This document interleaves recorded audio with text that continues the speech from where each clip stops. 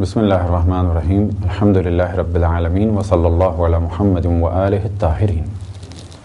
موضوع گفتگو شرائط امام جماعت۔ اب تک ہماری گفتگو ہوئی پہلے مرحلے میں نماز جماعت کے بارے میں، اور پھر اس کے بعد گفتگو ہوئی شرائط جماعت کے بارے میں۔ یعنی پہلے مرحلے میں ہماری گفتگو تھی کہ جماعت کیا ہے اور کیا اس کا ثواب ہے۔ اگلے مرحلے میں گفتگو ہوئی کہ جماعت کی کیفیت کیا ہونی چاہیے، اور اب ہماری گفتگو ہے کہ امام جماعت کی شرائط کیا ہیں۔ امام جماعت کی شرائط میں سے جو بلا شک ایک اہم ترین شرط ہے وہ یہ کہ وہ بالغ ہو، عاقل ہو، عادل ہو، حلال زادہ ہو اور شیعہ اثنا عشری ہو، اور مسائل نماز کو جانتا ہو اور خود اس کی نماز صحیح ہو۔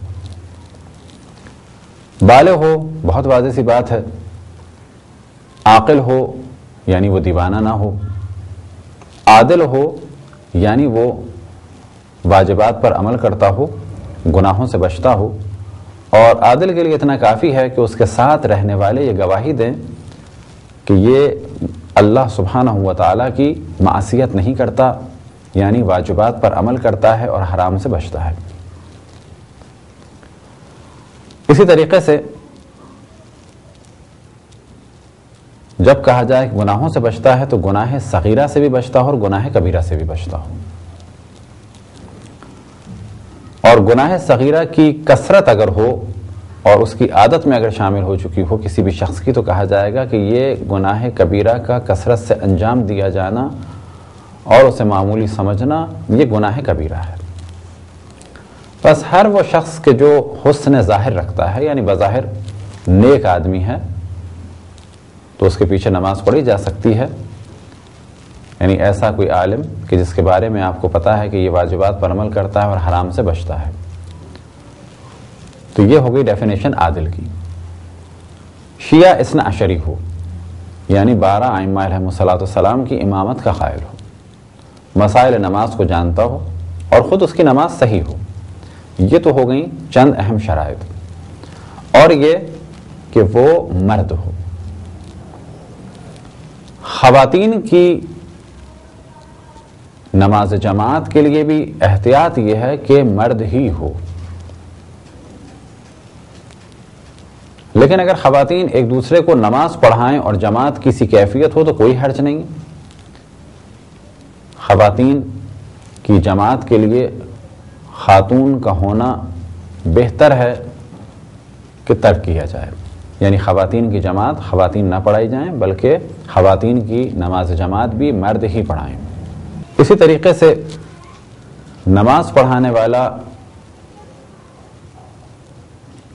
اگر ان افراد کی جماعت کر رہا ہے کہ جو کھڑے ہوئے ہیں، تو ضروری ہے کہ امام جماعت بھی کھڑے ہو کے نماز پڑھائے۔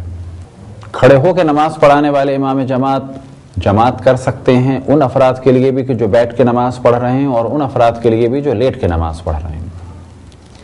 اسی طریقے سے بیٹھ کے نماز پڑھنے والے امام جماعت نماز پڑھا سکتے ہیں ان افراد کو کہ جو بیٹھ کے یا لیٹ کے نماز پڑھ رہے ہیں۔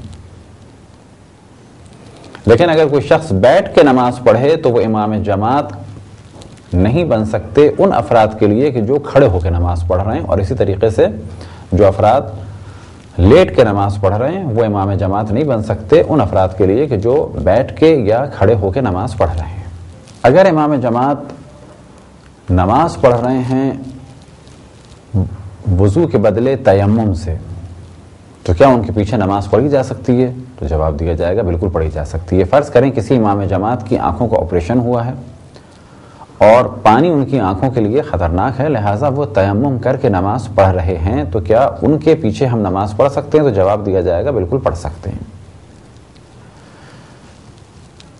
لیکن اگر امام جماعت کو بیماری ہو، خدا نخواستہ پیشاب کے قطرے خارج ہونے کی، یا وہ پیخانے کو نہ روک سکتے ہوں، تو وہاں پر عام طور پر احتیاط کی جاتی ہے، اور اکثر مراجع کا یہی فتویٰ ہے کہ ان کے پیچھے نماز کو نہ پڑھا جائے۔ اب ممکن ہے کوئی سوال کرے کہ ہمیں کیا معلوم کہ امام جماعت کی بیماری ہے، تو کہا جائے گا کہ اگر کسی کو علم ہے تو وہ ان کے پیچھے نماز نہیں پڑھ سکتے. اور اسی طریقے سے اگر امام جماعت کو علم ہے تو وہ واضح یہ کہیں گے کہ میں فی الحال نماز نہیں پڑھا سکتا کیونکہ اس بیماری میں مبتلا ہوں اور پیشاب کو کنٹرول نہیں کر سکتا. اسی طریقے سے بہتر ہے کہ امام جماعت صحیح و سالم ہوں. اور تاکید ہے اور بعض نے اس کو احتیاط واجب کہا ہے کہ امام جماعت کو برس کا یا کوڑ کا مرض نہ ہو.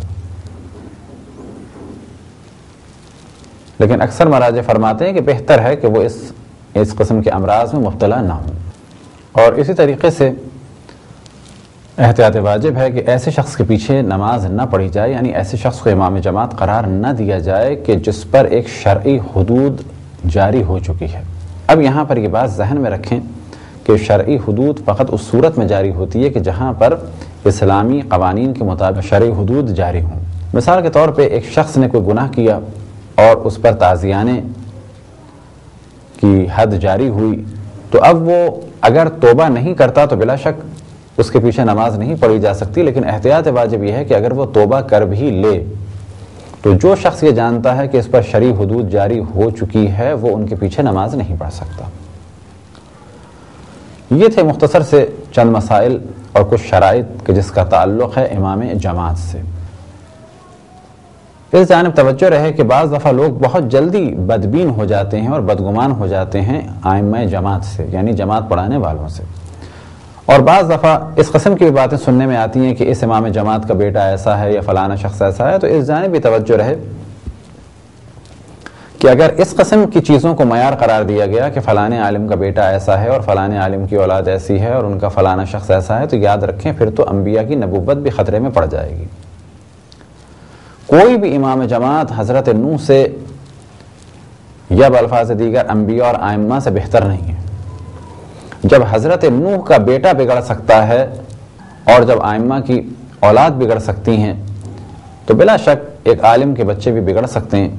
لہٰذا کسی عالم کے پیچھے نماز نہ پڑھنا محض اس وجہ سے کہ ان کا بیٹا جو ہے وہ صحیح نہیں ہے، بگڑا ہوا ہے، غنڈا ہے، بدماش ہے، تو یہ اسلام کبھی بھی اس چیز کی اجازت نہیں دیتا. کیونکہ اگر یہ سوچا جائے تو کہا جائے گا کہ ہم تو حضرت نوح کو بھی نہیں مانتے کہ ان کا بیٹا جو ہے ایسا تھا اور مرتد تھا اور کافر تھا.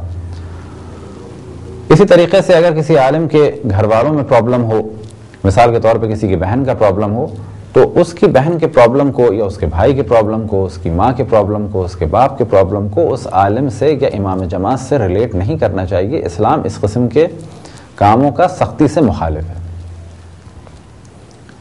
بلکہ اسلام یہ کہتا ہے کہ ہر شخص کا عمل اس کے لیے ہے. لہٰذا ممکن ہے کسی عالم دین کا بیٹا بگڑ جائے، حتیٰ کافر ہو جائے، یا بیٹی کافر ہو جائے یا بگڑ جائے، تو آپ کی ذمہ داری ہے کہ آپ اس عالم کو دیکھیں کہ اگر وہ عادل ہے تو کافی ہے، اور اگر وہ عادل نہیں ہے تو پھر آپ بے شک اس کے پیچھے نماز نہ پڑھیں. البتہ عادل کے بارے میں ہم نے بتایا کہ وہ جو واجبات پر عمل کرتا ہو اور حرام سے بچتا ہو. کبھی کبھی یہ بھی بحث آتی ہے کہ فلانے عالم دین کا غصہ بہت زیادہ ہے، تو یاد رکھیں غصہ بہت زیادہ ہونا اس بات کی علامت نہیں بنتا کہ ان کے پیچھے نماز نہ پڑھی جائے. ہاں البتہ اگر وہ غصے میں عموماً آپے سے اتنے باہر ہو جاتے ہوں، اتنے بے قابو ہو جاتے ہوں کہ حرام کے مرتکب ہوتے ہوں اور یہ معمول بن چکا ہو گالی دینا، لوگوں کو مارنا پیٹنا، تو ایسے میں تو کہا جا سکتا ہے کہ ان کے پیچھے نماز نہیں پڑھی جا سکتی. لیکن اگر اتفاقیہ طور پہ کبھی غصہ آ گیا اور کچھ کہہ دیا یا حتیٰ معاذ اللہ گالی دے دی، لیکن اس کے بعد اگر توبہ کر لی، استغفار کر لی اور معافی مانگ لی، تو اب کہا جائے گا کہ ان کے پیچھے نماز پڑھی جا سکتی ہے. یہ تھے مختصر سے چند مسائل کی جس کا تعلق تھا امام جماعت کی شرائط سے. خداوند تبارک و تعالیٰ سے دعا ہے کہ بحق محمد و آل محمد ہمیں اپنے رسول، اپنی حجتوں، خصوصاً امام زمان علیہ السلام کی معرفت اور اطاعت کی توفیق عطا فرمائے. وصلی اللہ علی محمد و آلہ الطاہرین.